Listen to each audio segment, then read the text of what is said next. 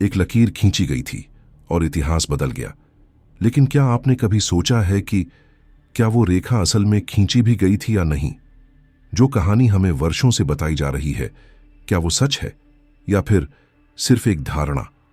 आज हम बात करेंगे उस रहस्य की जो रामायण में नहीं बताया गया, लक्ष्मण रेखा का सच। ये सिर्फ एक कहानी नहीं है, ये आपके विश्वास से सीधा टकराव है।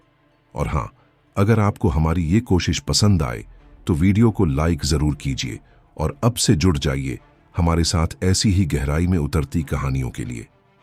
हर बार जब हम रामायण की कल्पना करते हैं, एक दृश्य बार बार सामने आता है। सीता माता कुटिया में अकेली है।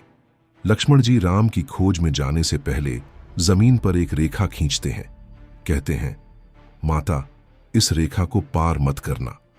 जब तक मैं वापस ना आ जाऊं, यह आपके लिए सुरक्षा है। फिर आता है रावण एक साधु के वेश में और सीता माता उस रेखा को पार करती हैं। और जैसे ही रेखा पार होती है, उनका हरण हो जाता है। ये सीन इतना गहराई से हमारी स्मृति में बैठा है कि हम सोच भी नहीं पाते कि कहीं इसमें कुछ अलग भी हो सकता है।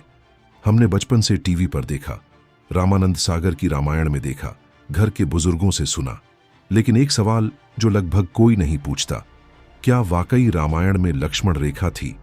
क्या वाल्मीकि जी, जिन्होंने मूल रामायण लिखी थी, उन्होंने कहीं इस रेखा का जिक्र किया?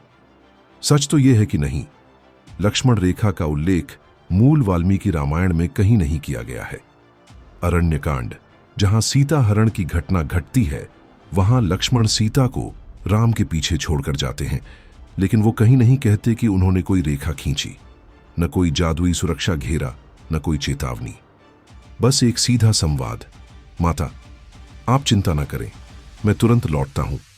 अब जरा सोचिए, जो दृश्य हमारी चेतना में इतना गहरा बैठा है, जो हर चित्र, हर कथा, हर नाटक का अभिन्न हिस्सा बन चुका है, वो मूल ग्रंथ में है ही नहीं। तो फिर सवाल उठता है, ये लक्ष्मण रेखा आई कहां से? इसका उत्तर भी उतना ही दिलचस्प है। दरअसल लक्ष्मण रेखा का पहला जिक्र हमें शास्त्रों में नहीं, बल्कि लोक कथाओं, नाटकों और बाद की भाष्य परंपराओं में मिलता है।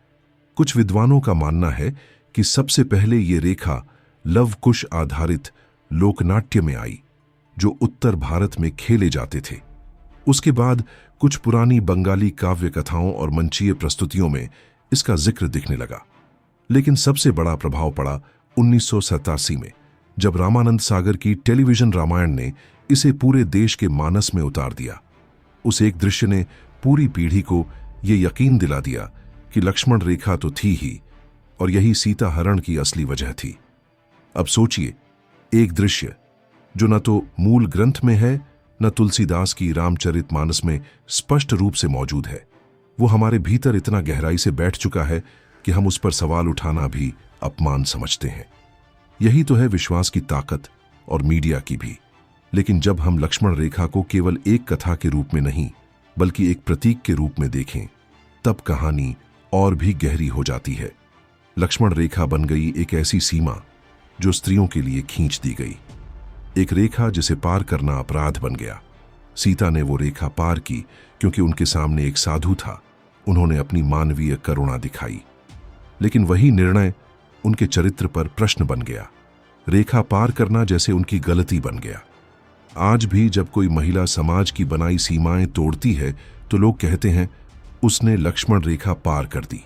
एक प्रतीक, एक मर्यादा, जिसे अक्सर महिलाओं के लिए बनाया गया। लेकिन ये रेखा किसने खींची थी और क्यों? यहां एक सवाल आपसे भी, क्या आपको लगता है कि समाज आज भी हमें अदृश्य रेखाओं में बांधता है? नीचे कमेंट में लिखिए, लक्ष्मण रेखा सच है या समाज का डर? मैं आपके विचार जरूर पढ़ूंगा। कई विचारक और नारीवादी इस रेखा को सामाजिक नियंत्रण का प्रतीक मानते हैं। वो कहते हैं, ये रेखा नहीं, एक मानसिक कैद है जो हर युग में स्त्रियों को उनके स्थान तक सीमित रखने की कोशिश करती है। सीता का रावण द्वारा हरण सिर्फ रेखा पार करने की सजा नहीं था, बल्कि समाज द्वारा उस स्वतंत्र निर्णय की सजा थी जो एक स्त्री ने लिया।